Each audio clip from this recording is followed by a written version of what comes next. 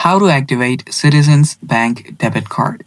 Hello guys, this is Atticus and welcome back to another tutorial video. Do you guys want to activate your card? If you just received your Citizens Bank card and want to activate it, this is what you do.